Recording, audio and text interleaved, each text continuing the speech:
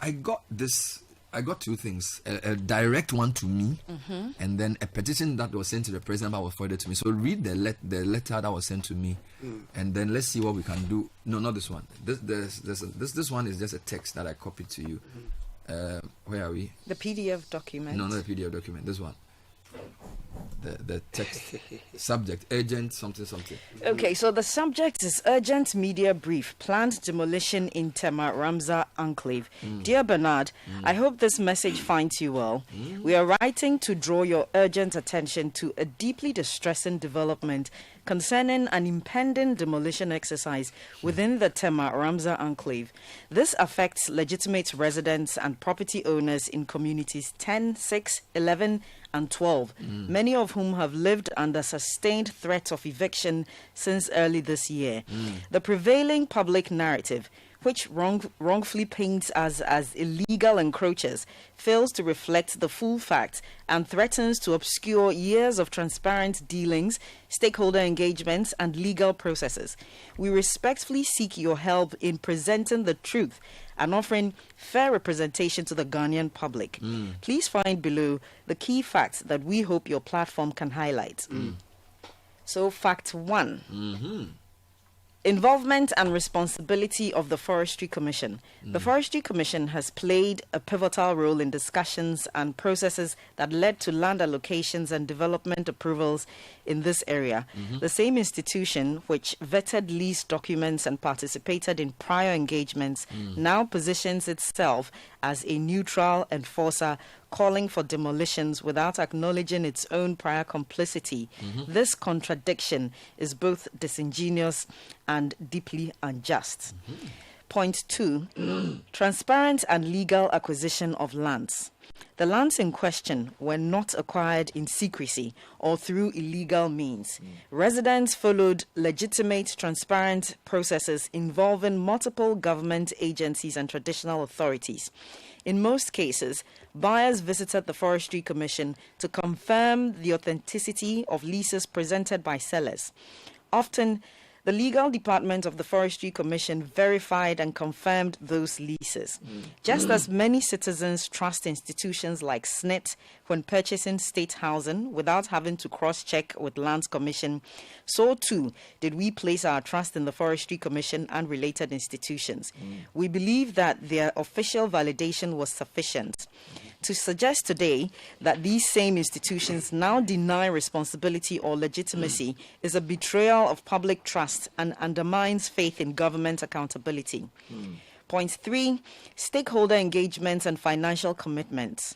In 2023 and 2024, under the leadership of then Regional Minister Henry Quartey, the Regional Coordinating Council, RCC, organized 2 major stakeholder engagements.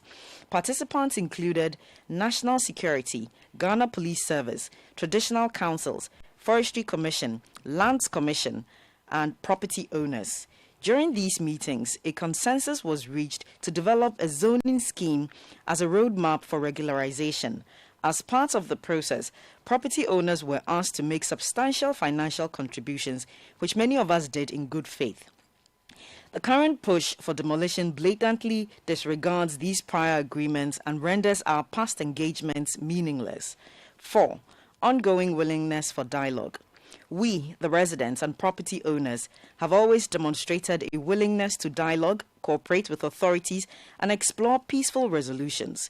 We have never acted in bad faith, nor have we resisted the rule of law.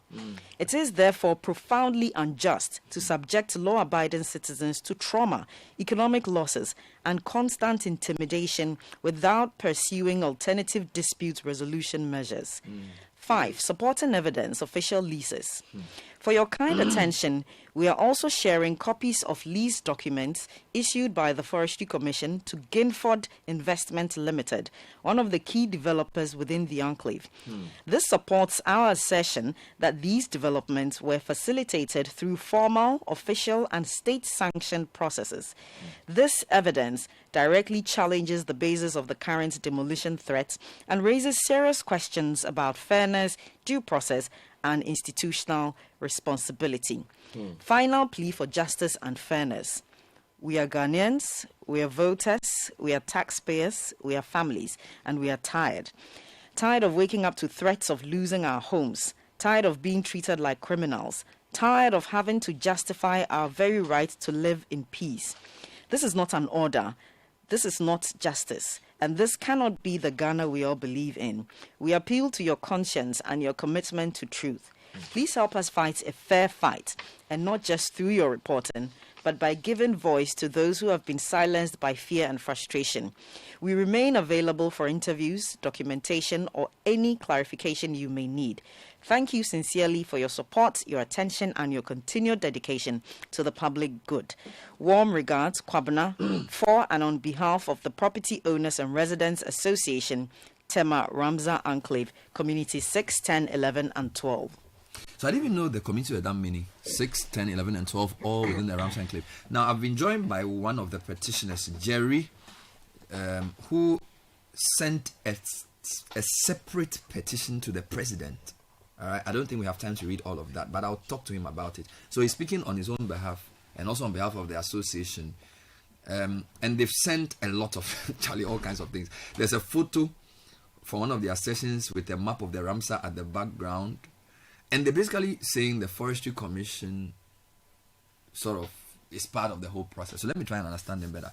So Jerry, let me get the full name. Mr. Jerry Nyahumu. Is that the pronunciation? Yes, Bernard, it's Nayumu. Nayumu. Thanks for joining us. Good morning. Thank you. Good morning, Bernard. Wonderful. And thank you for the opportunity. So we just read the letter from the association to City that we should give this story a hearing. So I take it that you associate with all that we've read so far, the points they make about these lands being legally acquired through a company that got the lease from the Forestry Commission, and also the fact that it was not done in secret, and the fact that from 2023 some engagements had been done with the then government to try and regularize. Can you elaborate and give some background to what I've just said? Yes, Bernard, thank you very much. And what you just said or read is accurate and correct. I got introduced to the company called Jimford Investment Limited in 2019. And the company presented an indenture from the Forestry Commission. So we sent that indenture to yourself. And you can see it was signed by Sir John Kwabena Kojo of Owusu those days, and then signed also by their lawyer, Michael Akowa. So when we saw that indenture, some of us followed up to the Forestry Commission to confirm the genuinity of that indenture, and they confirmed. And that is why some of us bought the lands. Now, after we bought the land in 2021, 2022, the previous government, led by Honorable Henry Kote, started the agitations to demolish some lands that they thought was on waterways. So we had series of engagements. We went to ICGC Temple on the Spinters Road. We met them. The Forestry Commission came to the place. The Forestry Commission has actually done a map of the place. So that's what I sent to you last night. And they have zoned the place. They have demarcated the core. We know the Forestry Commission was on the grounds. They planted pillars to demarcate the core from non-core areas. We know the people who are in the core. We know those who are not in the core. Forestry Commission has all that data. All we are asking to President Mahama, to the NDC government, is for them to go back to that drawing board. They should look at that information, that data, and they should apply that data. We are willing to engage, and as you've seen from our statement to you, we have engaged all these whiles with Henry Kote. We have engaged with all the authorities. We are willing to engage. We are not saying that we are not going to engage anybody. In fact, some of us have dredged the stream in front of our properties. Some of us have protected that stream. And to be frank, where we are on committee Tema side from committee 6, 10, 11, and 12, it's not flood prone. We have been there, as I said, since 2019. Okay, so we have engaged the government, and government is continuing. So if MPP government is gone and NDC government has come, all we expect from them is to continue the engagement so that we can regularize the land. Okay. And yeah, Jerry, so fair enough. So you bought the land from one Guinford Investment, and this Guinford Investment said they had the land had been leased to them by the Forestry Commission. Is that correct? That is correct. And we send that indenture to you, and I have that indenture. I can forward it again to you. But did you check with the Lands Commission whether the claims by the Forestry Commission about the usage of the land for which purpose they were leasing it to this Guinford was correct? Because you would know that the Lands Commission is the custodian of all lands in the country. So whether you bought it from the forestry, a man who claimed to buy from the Forestry Commission or not, some work needs to have been done with the Lands Commission, correct? Yeah, that is correct, and I agree with you. So, as I said, the first thing we did when we saw the indenture was to approach the Forestry Commission to confirm if indeed they had released or leased that parcel of land to Guinford, and they confirmed.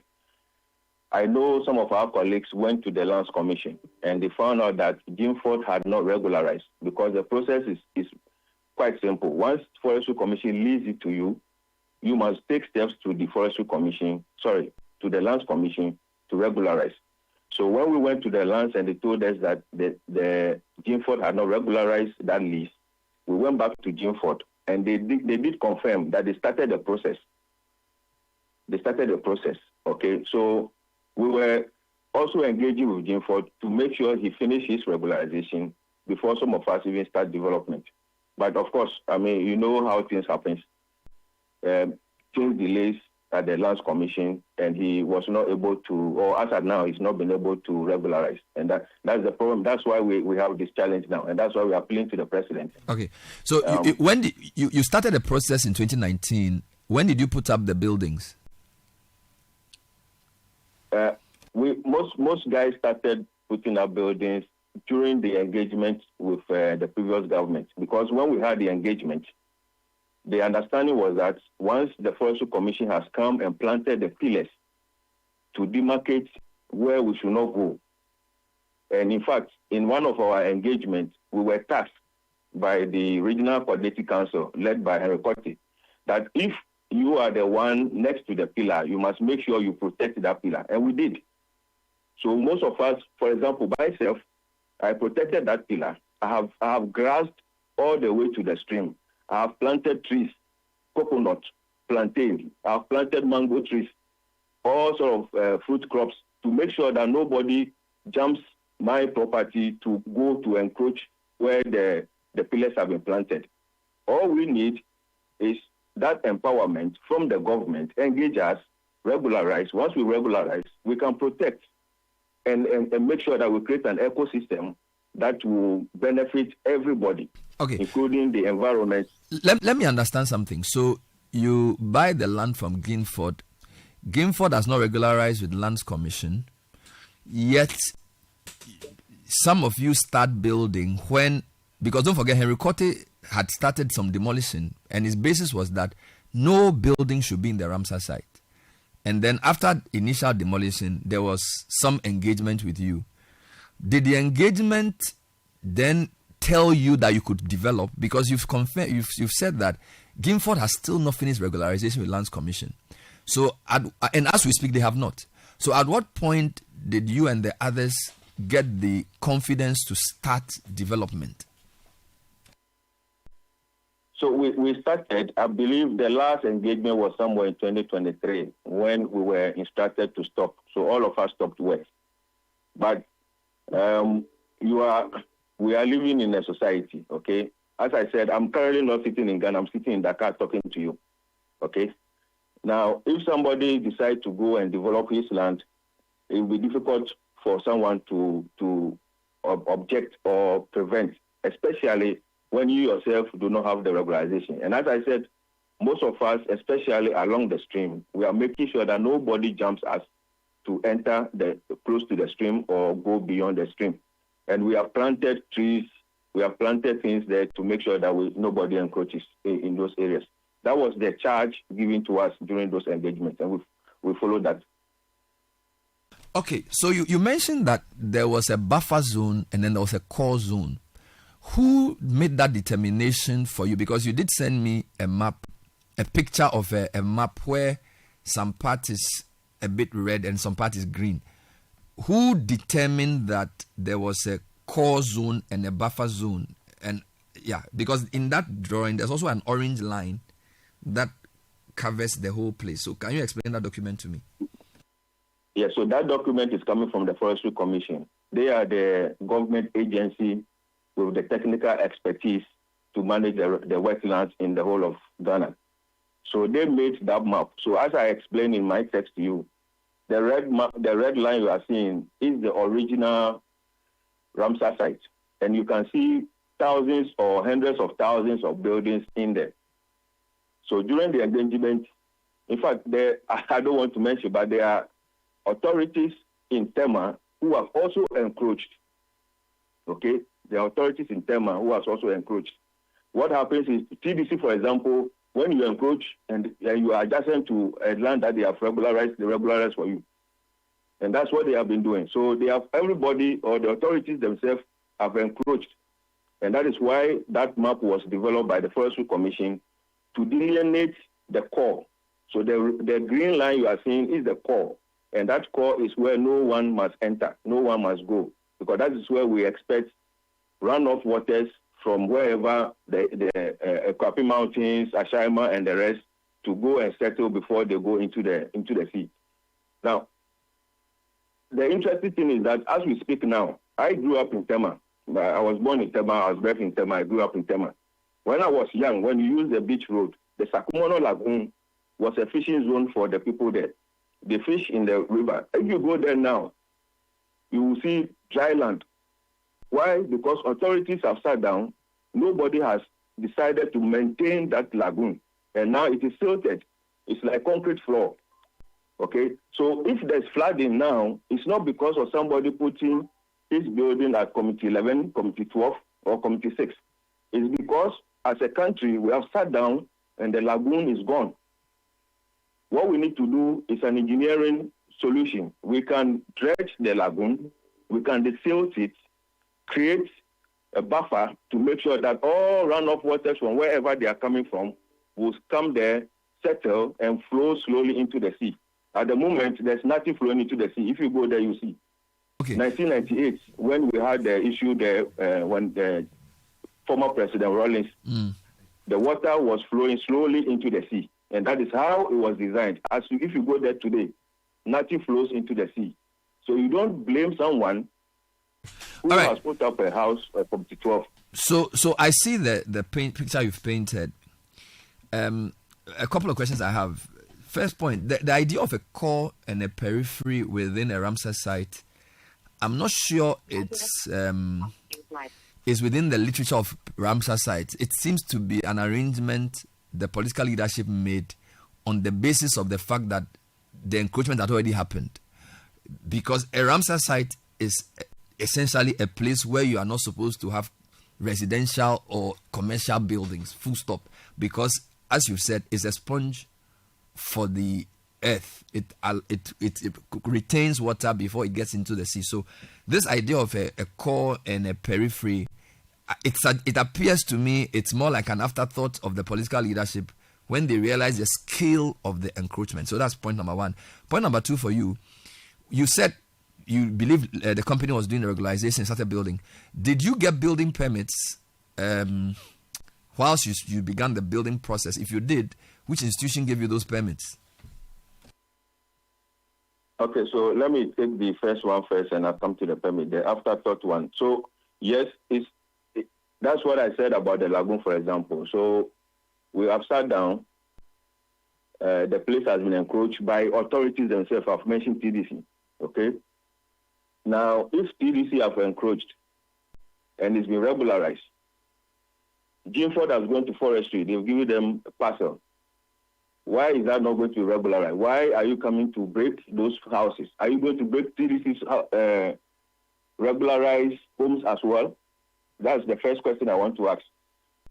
So, yes, as we are in this situation at the moment, And as Kwabna said on one of the radio stations, times or modern days, you need modern solutions. You need engineering solutions. And engineering solutions, I know, Bernard, you've traveled to Dubai before. Dubai is claiming the sea and building cities in the sea. If you go to Netherlands, they are building within water and claiming water and building in it. So why can't we engineer the place? The streams, nobody is blocking the stream, okay, from Santor all the way to the Sakumono. Nobody has blocked it. All we need to do is to desilt, dredge, and make sure the water flows smoothly into the lagoon, and it flows into the sea. And we have a good ecological system over there. Now, coming to the permits, so yes, some of us approach TMA, and officially they will not tell you anything. What they tell you is that you wait. We've given drawings, they say wait. We've approached TDC. I think I sent that one to you. I sent my application to the TDC. They received it. They told me, hold on, when government say we should regularize, we'll regularize for you and give you the permit. But it's Ghana we are, so sometimes you know how things happens in the country. But the point is that Forestry Commission is government. So if Forestry Commission release the land to Jimford, it is government releasing the land to Jimford. So government cannot now turn around and come and say, where you are is not good, so I'm coming to demolish it. Jerry, whilst I sympathize with you, if SNIT gives me a land or Ministry of Education gives me a land or whatever, I still need to make sure the land is for the purpose for which they give it to me. So the fact that, and government is big, that's why there are different institutions. So the fact that Forestry Commission gave you the land or gave Gimford the land does not mean that that is government, because there are different functions of government. That's number one. Number two, you have confirmed here that the permit process was also not complete. So there are two things that are not complete. The regularization was not completed by Gimford. Neither was the permit given by TMA or the development company. And yet you went ahead to build. So can we not say that you and your colleagues have brought this upon yourselves? Because the basic thing you need to develop, to put up a structure, and I've seen the structures you put up, some of them are almost complete. If the permitting is not done, you can't say this is Ghana we are. You clearly are not on all fours in terms of putting up a building in a place that is even contested. So it's like a double jeopardy, Jerry. I agree, Bernard. But what I'm saying is that if I did not see Forestry Commission releasing that land to Jimford, if Forestry Commission did not confirm that they have released that land to Jimford, as I said, I grew up in Tema. I played in Committee 11, Committee 12, Committee 6. Okay, I will not go in there. But if government has released the land, yes, we may have faulted not getting all the required permits from the Lands Commission, from the TMA, TDC, etc. But if government has released the land, they released it, and if you look at the indenture, when they were releasing it, they told Jimford to develop the land within 3 years, or they will come for it. Okay? So Jimford also has to develop. If they don't develop within 3 years, the document says that Forestry Commission have the right to come and take the place. Okay, so yes, we might have fought, and that's why we are not saying we are going to fight the government. No, we cannot. Government is mighty. We cannot fight the government. We are just pleading to the presidency. We are pleading to President John Mahama to exercise some compassion. Okay, as we said, some of the houses people are living there. Some of them completed, and people are living there. Some of them are about 80% complete. And these are investments that people's life sweats they put in.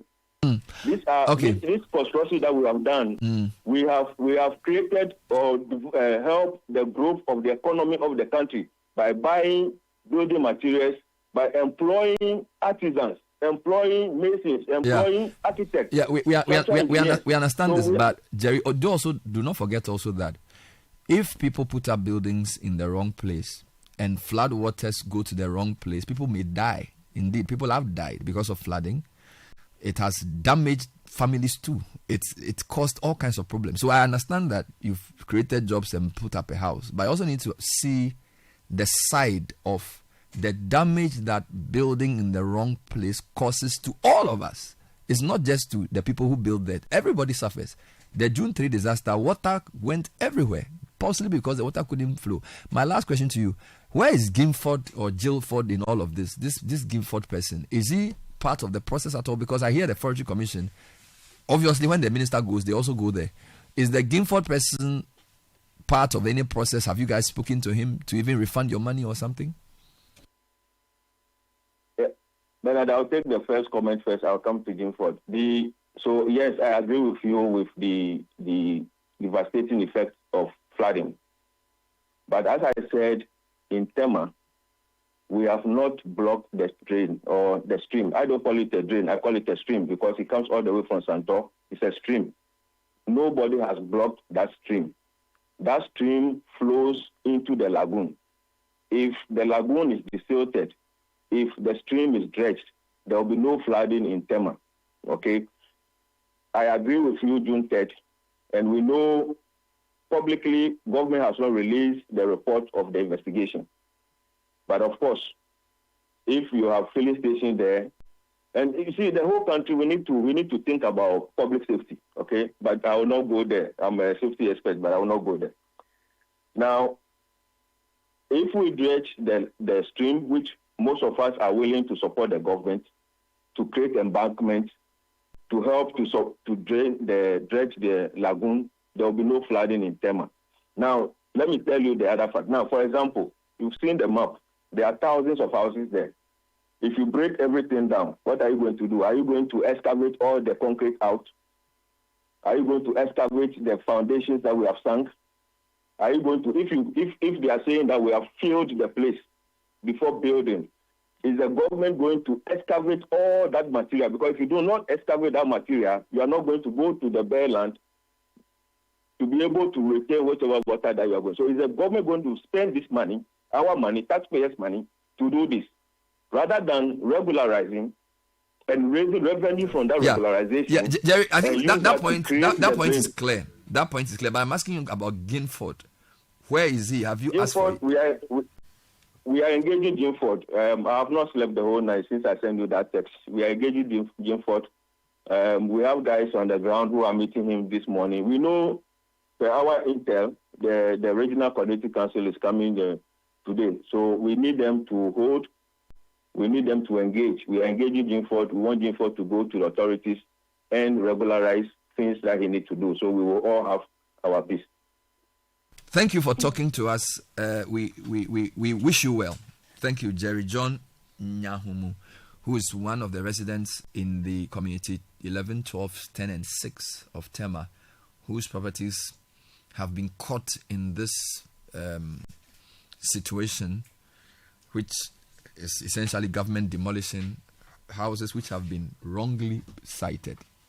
Ramsar sites are not supposed to host any of the buildings that are there.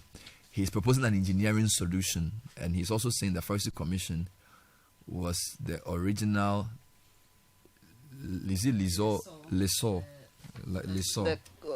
entity that leased the land to them. Yeah. And he's saying that they are not coming on law, they are coming on mercy, asking the president to have mercy.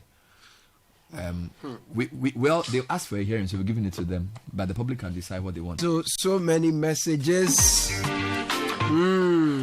Yes, so this one says the law is the law. The law is the law. Built houses on the land when it has not been regularized. So John 2 has done something in this country. Well, let's not speak dead, evil of the dead. I think no he's wonder trying to he speak took to what a they are portion. saying. Yeah, talk with dog. You say with him. No, let's not speak of the dead. He's not here to defend himself.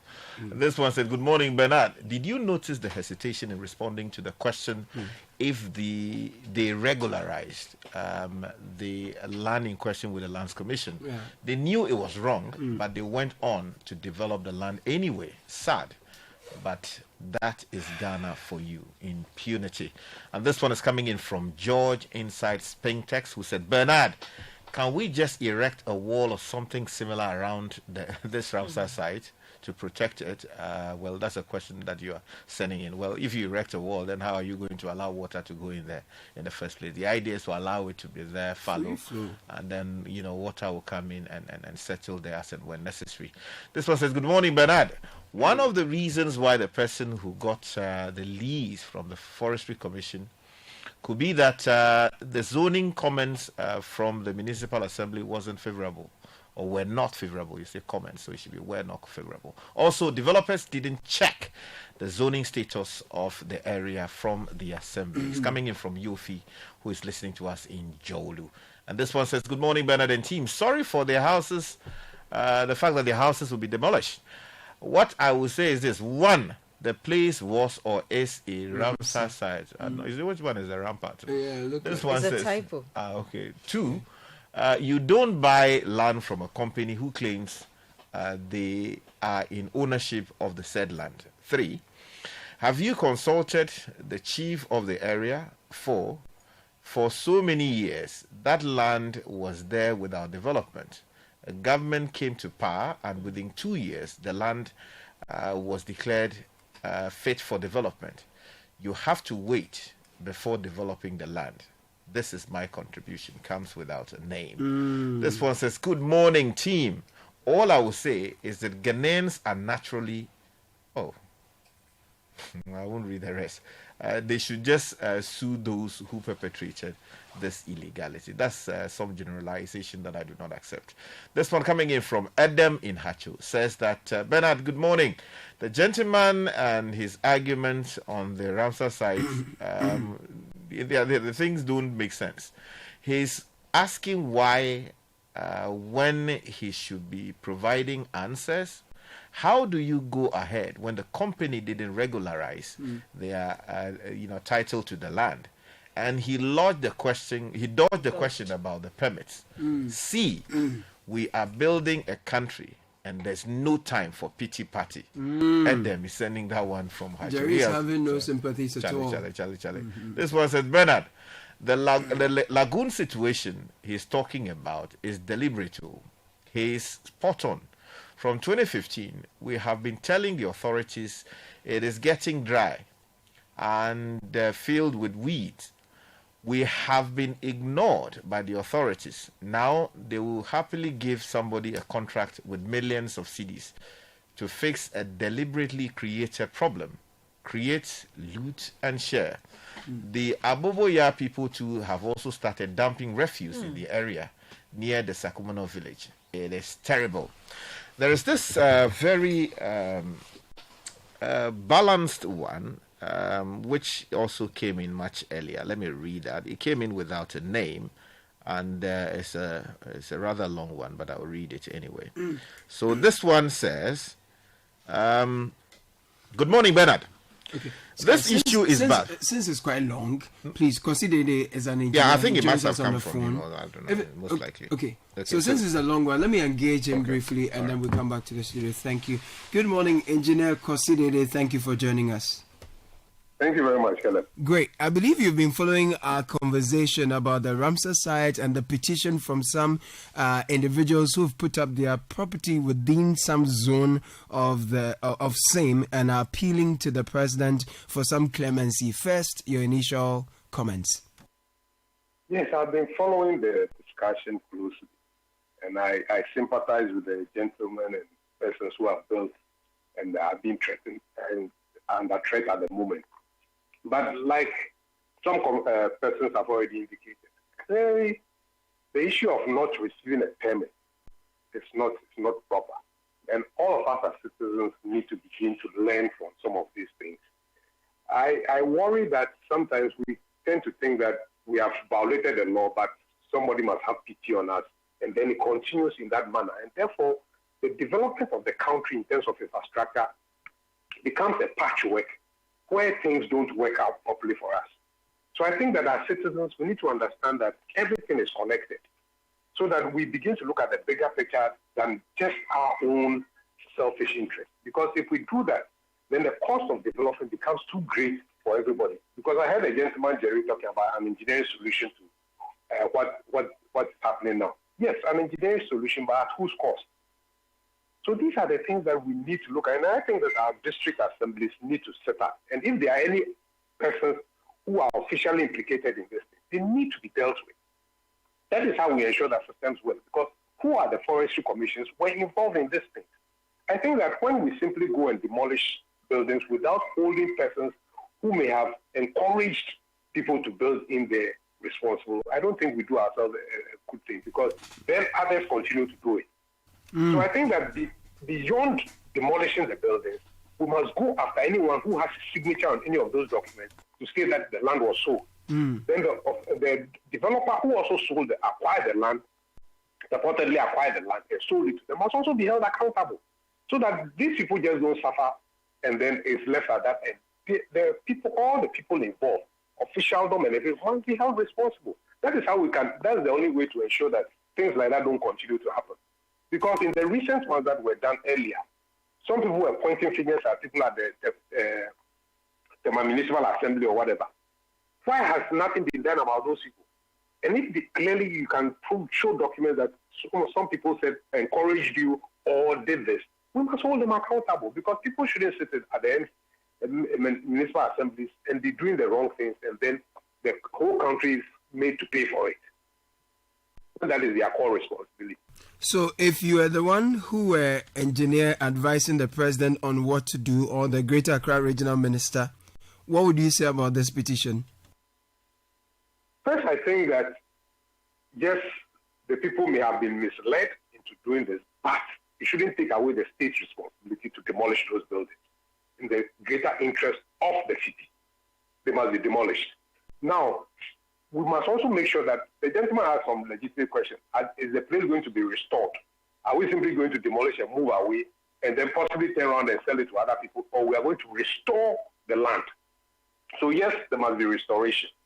Then we must also look at the bigger picture of how do we ensure that state institutions who are responsible for managing our lands do not go around and sell these lands to people without due process. Under what system did the Forestry Commission determine that he had to sell that land in the first place? So why is it that even the Lands Commission couldn't regularize it? So I think that, again, we must punish people. It's important. We shouldn't run away from that. We must also realize that, yes, engineering solutions are possible, but engineering solutions must be at the lowest cost to ensure benefits to the larger society. So we shouldn't simply say that, oh, if we do this, there's an engineering solution, so somebody must pay for it and then it will be corrected. No. Engineering solutions must be at the least cost to the public, so that we don't go spending our monies just because a few people have misconducted themselves, and then we all of us go and spend millions of dollars to create a certain solution for them. No, we shouldn't do that. So if I were advising the regional minister, yes, demolition must go ahead, but people must be held accountable. The restoration must be done. Good. Now, listening to Jerry, he said he's a safety expert, and he articulates his points very eloquently and makes a lot of people even more disappointed that he should have known better. But besides people like Jerry, there are many who may be in the informal sector, who are just artisans, who are just breaking their fingers and you know saving the little they have to put up such structures that to have a roof over their heads. And not just in Accra, across the country we see people continually building in water areas or Ramsar sites, sometimes because they then are cheaper, right? So what can we do so that more people, especially unsuspecting ones, don't get to build in areas that are reserves? Okay, so largely in Ghana, as I see, every single stretch of land is under some municipal authority. Every piece of land is under some municipal authority. So what are the municipal authorities doing when they see people putting up structures? So first and foremost, we need to ensure that the municipal authorities are working. We must hold them accountable. You see, unfortunately, over the years, we have been appointing people, putting round pegs in square holes. We need to ensure that people who are appointed as MMDC know their job and are held accountable. It shouldn't just be a reward for being a member of a party. We need to begin to hold them accountable because they are largely responsible for managing our cities and towns and villages. They must go around, they must ensure that people don't build where they are. So the education must begin at the municipal assembly. What are assemblymen doing? Assemblymen have also just become hangers on. They must be looking out and say, hey, somebody is putting up a structure in my community. Somebody is doing this, and report that to the assembly. And then the assembly must come to the office and say, hey, you can't put up a building here. Look, if you travel around all our regional capitals, the bad habits in Accra are being transferred to all our regional capitals, towns, and cities all over the country.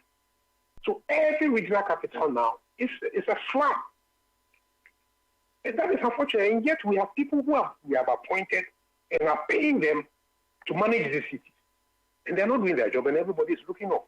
Engineer, looking at the scale of this indiscipline that is going now across the country, as you put it, is it that the persons who are appointed to, safeguard these spaces are under-resourced, or they're simply incompetent, or what exactly could the challenge be? Because if people are really mandated to play such a role to safeguard our environment, ensure people don't build, people build according to the building code and in the right zones, why is this becoming so rampant then? No, I hear the excuse of we are under-resourced, and I think that is a lame excuse. It's completely lame. Look, what does it take to do public education? That before anybody builds, puts up any single structure within this municipality, you must get a permit. What does it take? Now, what does it take to enforce? Because we have assemblymen in all these places. We must then tell the assemblyman, coincidentally, the government now says it's going to give them some allowance or is going to pay them. So all these assemblymen have areas within which they can monitor and bring information to the municipal assembly and say, hey, this is happening. Even if the assemblyman doesn't report it, simply goes back and says, oh, citizens, come let's meet. This is the message from the assembly. You cannot put up a structure here. You need to get a permit. Education. So for me, the lame excuse that, oh, we don't have resources, it's not tenable. At the time, some of the corporates are powerful persons, either in positions of power, who have the ability to, as it were, change the fortunes of the people who are supposed to be implementing this. So perhaps then there's that reality also, Yes, so that is why it is important that we must begin the process with transparency.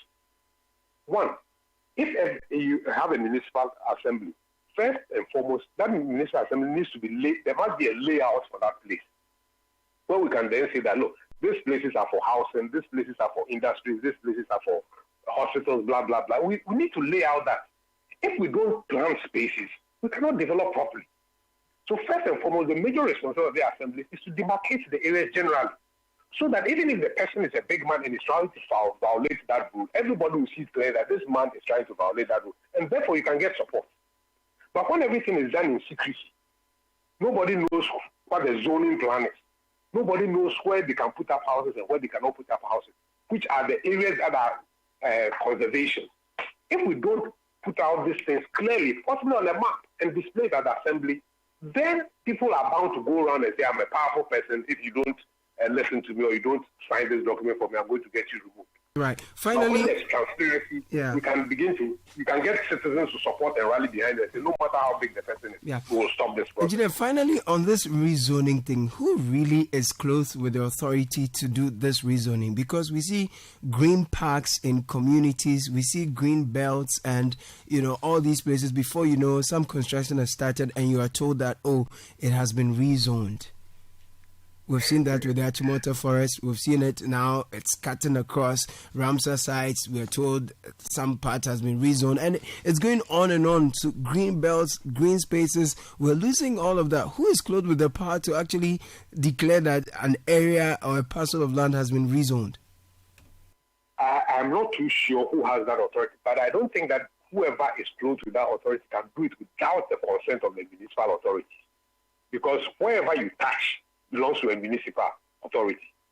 So there needs to be that level of communication. And you see, we just don't rezone places at the flip of a hand. It needs integral planning. Because, like I said, everything is connected. If today we go and build a cathedral where we're going to build that cathedral, the runoff water, where is it going? Nobody is talking about that. Because it affects, look, our main ceremonial street, the Independence Avenue, it gets flooded with every single rain. Why should that be happening? Because we are paving every space in Accra. And yet we have city authorities who are looking on.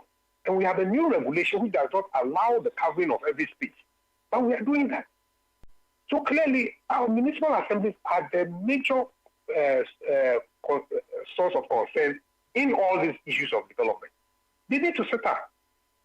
And government upon government have sat down and looked at it. And it's just become a reward for friends and political activists. Engineer Koside, well, thank you for sharing your thoughts with us on the City Breakfast Show this morning. Great. So there are many comments, so many, and I would really, allow us to bring in more of that so people can really feel the sentiments of our listeners this morning. And some have already sent us voice notes. You can share yours as well. 0549 986 996. More messages. Yes. So maybe shall I read what you were going to? Yes. So this message, and I agree that we should read this message. Good morning, Bernard. This issue is sad.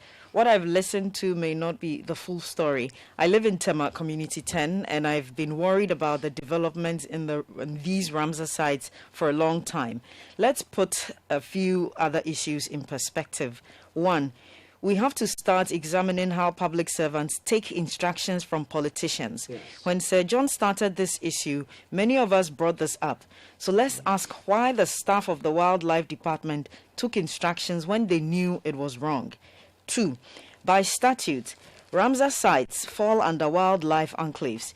You are right, no settlement is allowed within Ramsar sites. Brilliant question about the building permit. I would like the whole world to know who issued it. 3. The development of that part of the Ramsar sites constricts the flow of storm water from Ashiaman and areas to the north of Tema and Sakumono. If we allow the development to continue, it will aggravate flooding. 4. The technical competence of the site is a huge problem. The foundations would always be a challenge, and the buildings in future may develop cracks. The septic tanks may also have functioning problems, poor soakaways, contamination of water bodies affecting aquatic life, etc. I have refused to design for 2 clients who tried to commission us to do a project in those enclaves. It is sad, but it is what it is. They should stay away from that enclave. And another message says the Forestry Commission has no authority to release land to anyone, ending with an exclamation mark. The mandate of the Forestry Commission is to manage the forest and wildlife resources. That's another. Yes, so just a quick comment on the earlier point in the message. He wanted to know who issued the permit. Well, the fact is, according to the gentleman himself, they contacted the local authorities in Tema, but they said that they should wait because they had not finished regularizing their interest in the land. And while at it, so they did. So the point is that they built without the requisite permit. It is as simple as that. Yeah, instead that way, majority of the time people are. They build and hope to regularize it later. Anyway, let's read more comments. Good morning, City. Sorry for those who got caught up in this mess. But my biggest problem is the government. After demolishing the buildings, what happens to them? I remember with Hardburns, when circle demolition was carried out, my family lost everything. And what is happening now? Different people are using the place. This one says, Bernard, the team, even though I sympathize with the builders there, I think this kind of mindset is what's dragging this country from moving forward. How can you start your building without permits from the requisite authorities? This one says, Bernard, good morning. People do these things and don't care what happens. What is wrong is wrong. They knew that from the very start. They brought this upon themselves. The Ree said, yeah, we need it. I don't sympathize with them at all. They think they are free from floods. What about the innocent people that suffer because of the recklessness of these people who have money and think they can build just everywhere? people must learn from this particular episode. Mahama, President, please don't show any mercy at all. Interesting. This one says, good morning, Bernard and team. Regarding the Ramsar site, the dredging and desilting must be the first option. Engineers and planners has the expertise to dredge and desilt. Demolishing the buildings would not clear the water path. Building permits take too long, and the law has timelines for that process. It's coming in from Kwame, who is listening to us in Kanda. He's penny on the matter. This one says, oh, it's a very long one. It says, does he understand the implications of what they have done?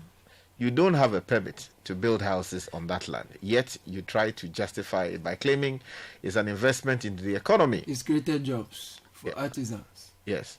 The same thing is happening around the atomic energy area, where people are filling the wetlands with sand piled as high as the BNI wall. Very soon, no vehicle will be able to move when it rains. The Ga East District Assembly and the Regional Coordinating Council are silent. They're not talking. Not far from this construction crime scene is the police FPU unit. And yet, nothing is being done to stop this unlawful act. Many state officials use the road and have seen what is happening, but nothing is being done. Are we waiting for a disaster to strike before we act? Our city authorities need to sit up. This one is from Ni in Bachona, which says, good morning, Team City. I trust you are all doing well. Yes, we are. Ramsar sites are not supposed to be a living area for human beings. It is not about the stream flowing into the sea. It's about a holding area for floods and where birds and other animals come to breed, you mean. Now, Ghanaians always want to work from answer to problems and not the other way around. The demolition exercise there, it must happen and must be sustained. The brood was actually correct. Oh, okay. It's a term for birds hatching and all that kind of things. Okay. How is it different from breeding? So brood basically here, for example, is a family of birds or other young animals produced at one hatching or birth. So a brood of it's like chicks, they sit, the hens, the mother hens sit on the eggs to so that's facilitate brooding. Their That's eventual brooding. hatching. Okay. Yeah. And then find the meaning of breeding for us so that... So it's just the same, but for the birds, brooding is the expression used. Okay. Hi, Bernard. That's a beautiful one. Ask the gentleman if he knows what a Ramsar site is. He says he's a safety expert. Yeah, but that doesn't mean that. And he was speaking to the importance of Ramsar, so he knows what Ramsar No, let's should not be. assume that merely because. No, in the petition, they quote all the relevant interventions and conventions. I hear. Let's go to some other. He may or may not know. Anyway, Chris in Tema says, good morning, City CBS. I'm sad about the rationalization exercise the developers are engaging in. Wetlands protection is not only a Ghanaian situation. It's a global sustainability approach to fighting climate change. I was making the points outside earlier. Dubai and other countries reclaiming the sea are doing so as a matter of necessity. I was in the Philippines and I saw the devastation caused when the sea fights back to claim lands claimed for development. We have plenty of land. Why the wetlands? The environment is at risk. Please, let's do the right thing, because developing in these waterways is akin to building a dam and slowing the flow of water. I see this campaign to be an attempt to blackmail the state. Safety first. Whoa. This one is from Kwesi Aqua from Sakumono. Says, Bernard and team, Jerry and Co should count their losses and move on. Oh, Charlie. His arguments are very weak. I can't endanger other people, or he can't endanger other people's lives just because he illegally put up a structure for his personal comfort. It's coming in from Kwesi Akra from Sakubono. This one says, good morning, Bernard and team. Let's investigate the estate developer. And this one says, Bernard and team, ask anyone born in Tema in 1996 or 1997 when the Sakumono overflowed its banks and all these places got flooded. from the motorway, you could see water. Shields, is that what? Experimental school. Okay, Shields Experimental School, where Ima is now. Who is Ima? Had to be closed for a week. It's just Greed. It's just greed. Okay, you're accusing the people of greed. What prevented the developers or the buyers from even checking with the TDC? Well, the school we used to get a tourist.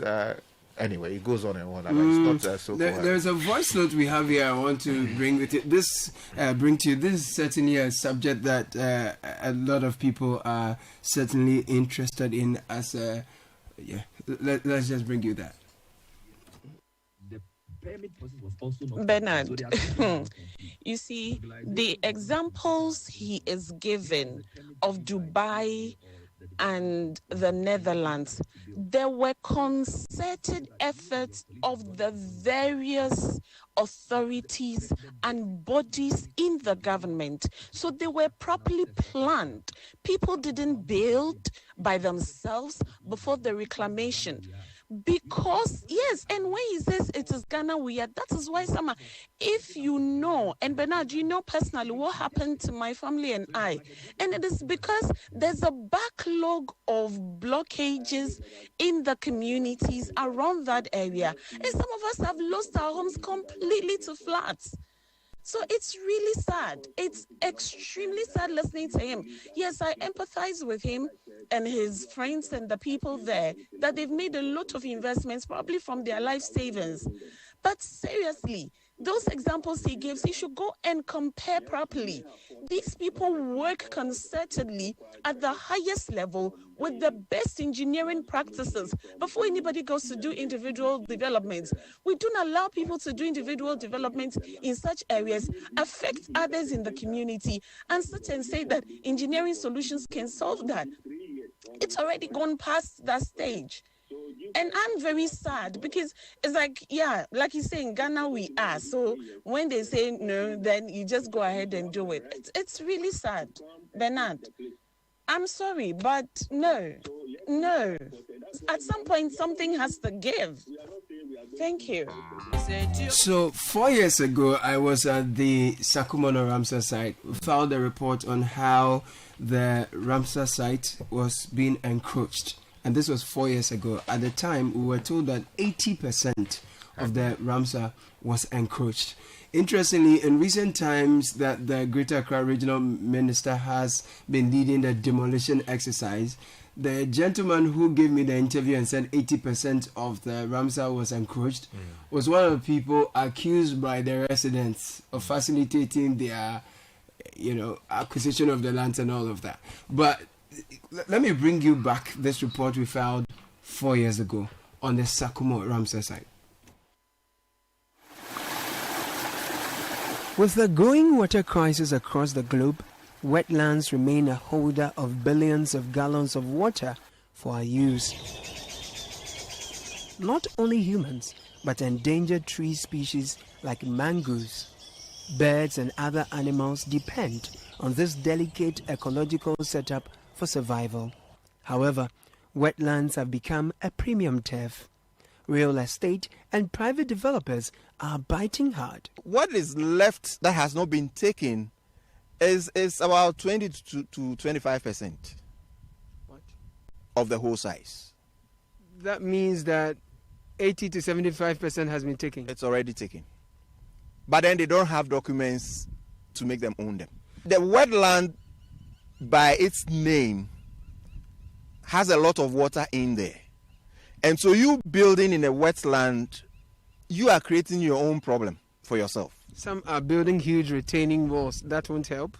The huge retaining walls wouldn't do anything. Because when water wants to really damage anything, the retaining walls can't do anything. In their quest to address the housing crisis, these housing agents are creating a water crisis. When it rains, the whole place gets flooded. The whole place gets flooded. And I wonder why people will see these flats and still build. I wonder. Because I wouldn't put my money into building in such areas. Yeah, kind of they be a buy no shop but still Mungu so ebi mkra asisi dan no say nsuo no yama kra po a ewo nsuo mchoye ba ukọ sisi a nsuo ntoye hu na iso start to ukọ obehu sisi bebre wo hono mo say nsuo to say omo frɛ say yembe yi om ba ye di kudu okọ hono mo na yakọ bo mo. Tete Jogbela has been fishing in the Sakumo Lagoon for more than 25 years. Instead of a bumper harvest of fish, here is a bumper harvest of plastic waste. No manya say run on so abefu wan so no tema break one na ebre. And we take away ni tie ni nyama bebre. Dan almost say down no no. E yo mo bola nyina mo sesa gu isu ni mo no. I see.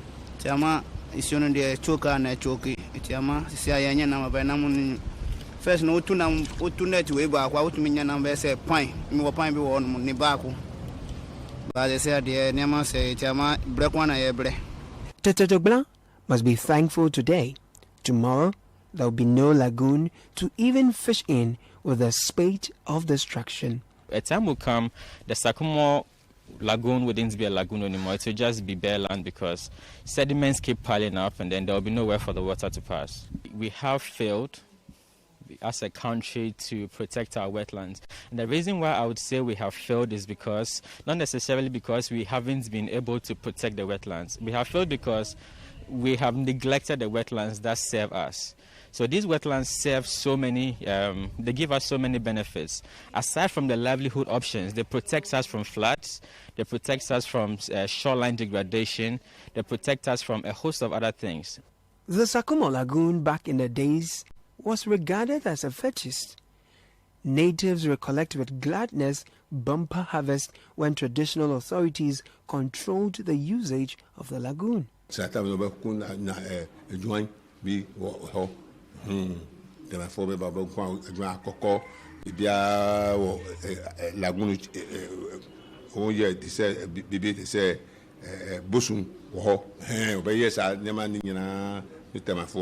Me papa no adanu we sade no sada laguno e kama bia wo pe benya fish benya ska obetos benya ska bia fine say there what say. How then did mega houses emerge in place of bountiful harvests in a wetland? Se dan baby when you on pakro baby o mu fa no kenya sa se no o mo se o ko ju o TDC. The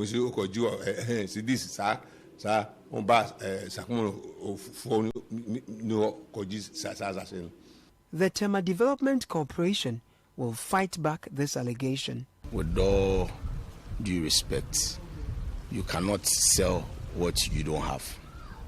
And this, as I've always maintained, from here, after this interview, you can go to the Ramsar. Ask anybody who owns any land over there whether TDC has transacted any business with them. Nobody can give you any documentation. But now is not the time to trade accusations. Enough damage has been done. Environmental Civil Society, Arocha Ghana, is calling on all to fight the common enemy together instead of fighting each other. The current challenges we face in areas like Sakumono is not something that can be glossed over.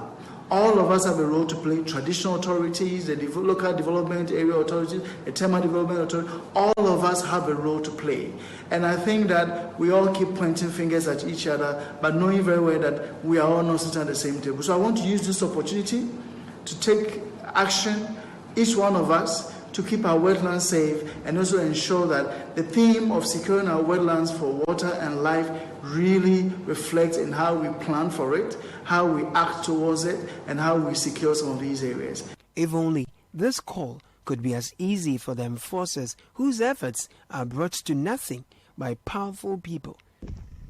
Right in the core area of the wetland, we have people doing this here, building things here in the core area of the wetland. In fact, it's very sad. Common sense. Many of whom attend conferences to sign these same conventions in the first place. For the past 1 year, we have instituted a task force that we are moving about almost every day, stopping people from building.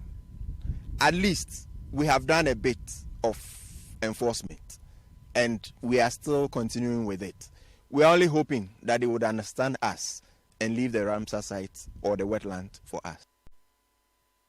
This was 4 years ago, and even then we were told 80% of the Ramsar was gone. I do know that, yes. How much is left now? But now it'll be like 1%. You understand? And I get that usually our political leaders, when there is pressure from people, or people are doing all the emotional things, sometimes they back off, sometimes they stay back. And I like the fact that the regional minister is doing this and seems to have the support of the appointing authority.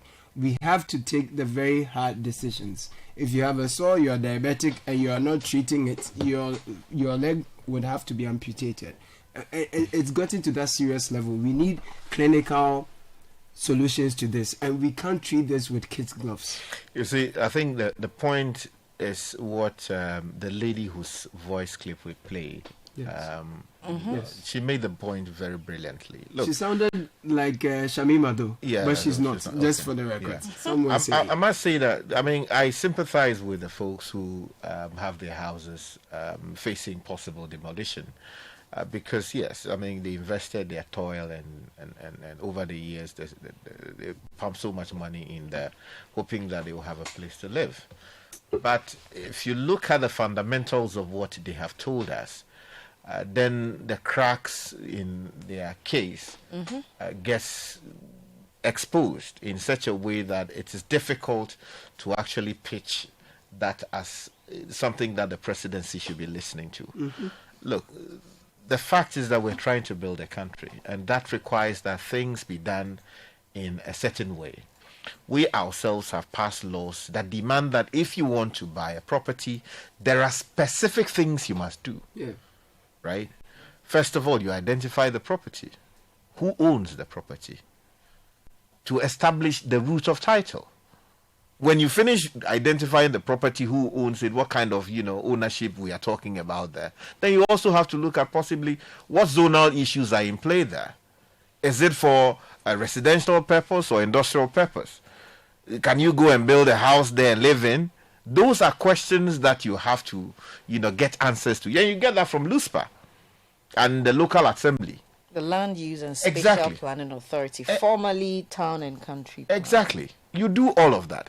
Then there are questions of whether, you need proper guidance on how to acquire the property in question. You go to a lawyer. That is where lawyers come in and advise you on whether the property you want to buy should actually be one you should be buying. Because, first of all, there are at least 5 types of ownership. You have family ownership of land, you have government ownership of land, you have vested lands, and you have stool lands, and then you have individual lands, private lands, which are lands owned by companies or maybe an individual. Now, how all of these lands or individual lands should be alienated, in other words, how they can be sold, there are rules around them. Because if the land belongs to, what's the name of your family? What do you call it? The Kuda family in Agozuma. Yes. You Caleb Kuda cannot get up and sell that land, because the requirement of the law is that principal members of the family must take that decision in line with what the law says you must do. You understand? So the top man, the family head, together with his principals, will have to sit down and say, okay, this land, we want to sell it so that we can pay Caleb Kuda's, school fees. You understand? And then that agreement will be had before a decision is made. But you go and see somebody else who is not a principal member of the family. He is not the head of the head of the family. And then you say you have agreement with the person to buy the land. Yeah. In this particular case, the suggestion is that the Forestry Commission, I don't know whether it's true or false, but the suggestion is that the allegation is that they sort of lease the land out to this company to do something on the land. The details of what specifically the company was to do, if on the face of the document, which is supposed to be the lease agreement, you don't see expressly what they are supposed to do, but it says some development has got to happen. And it's stated in there that within 3 years, if they are unable to carry out development, then, some other things kick in. But for some reason, then they decided that they were going to sublease the parcel of land in question to these individuals. Again, if you read the document, there are express provisions there that you cannot, sublease the said land, blah, blah, blah. And in cases where you want to do that, of course, you have to go back to the lessor. Now, the question is whether all of these things were done. And then also, as I was saying, if you acquire a parcel of land, or before you even acquire, you need to meet all the requirements of law. Have you gone to check, as I said, due diligence, all of those things? And then you now go to the registry. So that's free public education on Yes. how to acquire land, Exactly. so that you don't end up in the shoes of Jerry as we are seeing this morning. Go to the land registry, find out all the information. Has this thing been registered? Does it have any encumbrances? So there are people fighting over the land. Claims, Exactly. All of these things, you have to do it not by yourself. Get someone with the requisite educated knowledge to actually do it. So that is where lawyers come in. But people don't want to. They say, lawyers, their fees are so and so and so and so, and then they push us to the back. I have to say that I agree with Sky as he spelled out the due diligence that you should do, and in this case, the individual should have done to avoid where they find themselves. But for me, 3 conclusions can be made from today's discussion. And the first thing, unfortunate as it may be, the demolition must happen. We've come to understand that there was a number of unlawful construction happening in there. So the demolition must happen. We sympathize with those who put in investments and would be losing those investments. A key thing is the reclamation of the lands. Several of the people sending messages made the point that beyond the demolition, the land must be reclaimed because we need to preserve that wetland. And the second thing will be that the post-demolition and also reclamation, this is about... this is a text that stood out for me. Somebody said they were they used to have some property at Circle and there was a demolition. Yes. And they left only for over. other people to be replaced. And these signal some kind of political interest. But if the demolition is going to happen, it should happen for the right purpose, to reclaim the land and not to replace the encroachers with new encroachers. Exactly. And the third thing will be the allegations coming up against public officials. I think was it last month that there was an earlier demolition. There were some accusations against some public officials for their complicity in the unlawful sale of these lands, and also I will add their negligence in how these properties were put up at these at this Ramsar site where they are not supposed to be. So an investigation into the possible complicity and negligence of public officials and prosecution, if possible. I want to urge the government to go and save the situation, and they shouldn't renege on their plans. We've seen in times past where efforts were made to take away such structures, but eventually it got halted because of political pressure. Exactly. As much as people like Jerry are complaining about their structures, their investment, there are others too, like the voice we played to you, who have suffered. So here's a message, right? It says, someone tried to sell us a plot in that area in 2018. This is the Ramsar.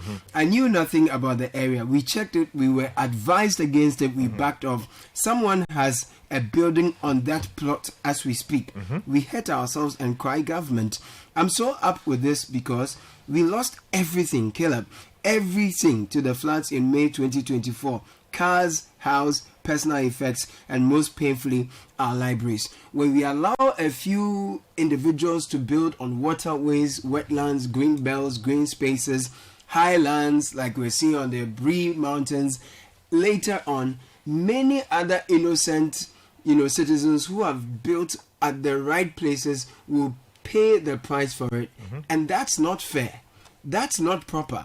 So the lady whose voice you played, she made the point. She's the one whose message I just read about how flooding, they lost everything to floods. So she made the point about the impact of the encroachment on this Ramsar site affecting innocent citizens, those who put up their structures lawfully. Yes. And so it's not just to punish them per se, but also because it's already having a negative impact on others. And you see, the point is that, look, if you were misled into buying property you ought not have bought, of course, even while forgiving, let's say we forgive your lack of due diligence or maybe proper due diligence, it doesn't justify its the point is that you can take up action against the person, the relevant party, exactly. So that they can do. But I think the principle must be established that this idea of blackmailing governments into backing of exercises that will save all of us, we should speak against it. Sure. Yeah. Because look, I've seen at first hand damage that can be done by water, flood waters to people's livelihoods, homes, things that they have acquired over several years. You understand? Of course, if you go to the Volta region and you saw what happened to people's homes, not because they built in the wrong places necessarily. Spillage, right? Exactly. You will come to and look at the state itself could not even deal with the scale of humanitarian crisis we have had to deal with. We had to fall on, benevolent citizens to come and support us to be able to carry out, some meaningful relief exercise to support the people. So, yes, while I sympathize with the difficulties that they will face here and there, I think the bigger point has got to be made that the overriding public interest duty that the government has clearly points to a direction where the demolition exercise must happen. It must happen not because we are talking about core area. These core business that they use it. The periphery. They use it basically to pepper over the cracks and then also allow some people to stay. The point is that place, if we don't take care and it is occupied, the whole of Accra could submerge someday soon. Yes. And we are also building anyhow on the highlands. The hills.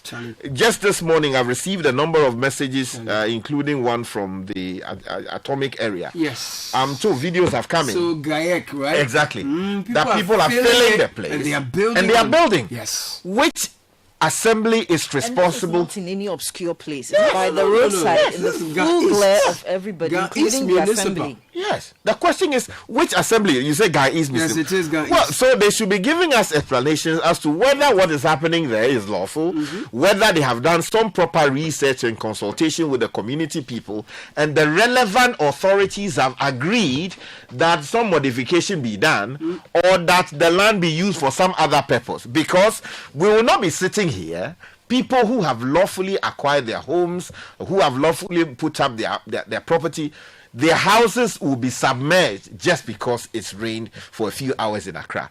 It is an important call, and the president must be supported, the regional minister must be supported to the extent that they are acting lawfully within their lawful mandate. It is important that these things be done so that they can protect all of us. So it's not just the Sakumo Ramsar, we have the Pambros wetland as well, and then there are other wetlands within the city. If you go to the old Ashoman area, within Ga East, if you travel from Pantine Village going towards Abokobi, there's a wetland there. People are filling it. They are clearing the mangrove, they are clearing the date palms, they are clearing the reefs, and they are building. And the funny thing is, no matter how much you fill these water bodies, even when you build your structures, and usually they will tile the whole thing as if the water can penetrate or permeate the water will blocks. always find its own level. It will always come its way, but we are pleading with the municipal assemblies. Ga East, you've come up strongly, and then the Pambros area is also one where people are really